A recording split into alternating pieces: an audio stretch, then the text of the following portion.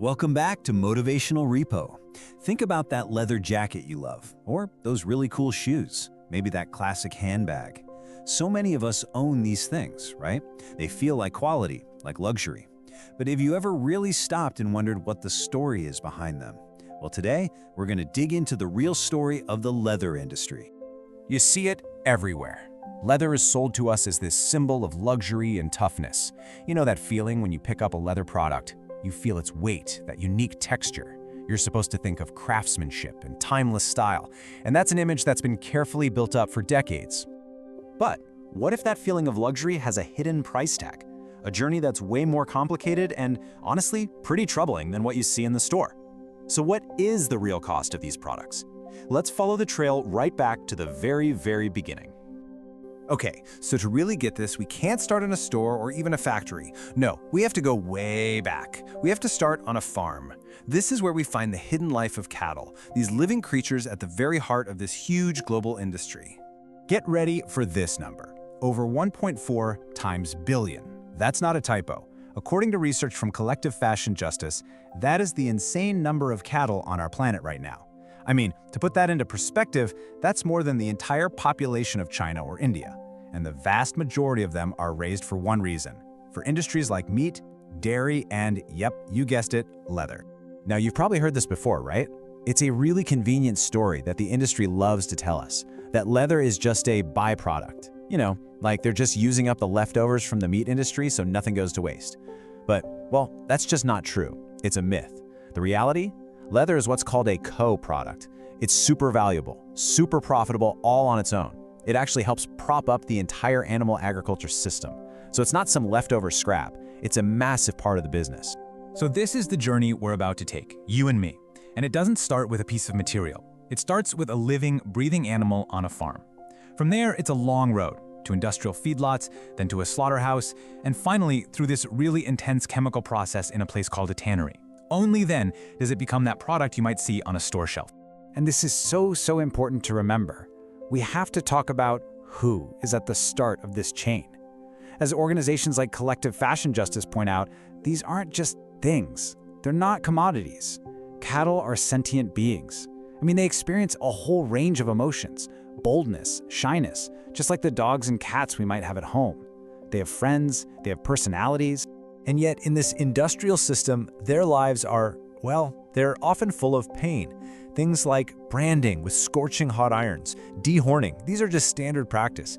And according to reports, this is almost always done without any pain relief. It's not about the animal's well-being, it's all about efficiency and control. You know those pictures we see? The happy cows grazing in a big, beautiful green field? Yeah, that is a world away from the reality for most of them. Crowded, super stressful conditions are common. This is the part of the story they really don't want you to see. Okay, just let this one sink in for a second. In the wild, if left alone, a cow can live for about 20 years. 20 years. But in the system that produces leather, their life is cut so short. They're usually slaughtered between just 1 and 4 years old. That's just a tiny fraction of what their natural life would be. And that brings us to the end of the animal's journey, the slaughterhouse. This is where their lives end, often in a lot of fear and distress. And it's here that a living being is turned into a raw material.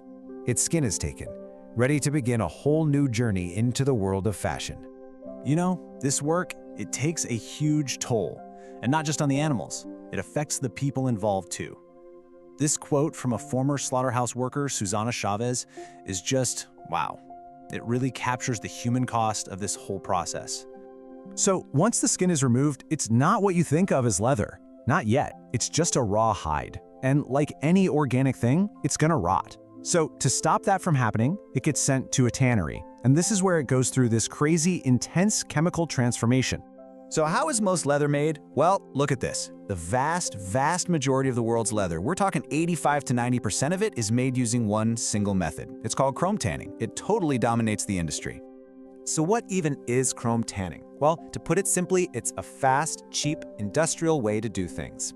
It uses this cocktail of chemicals, with chromium salts being the main ingredient, to turn that raw, rotting skin into the tough, flexible material that we call leather. Okay, so here's the problem.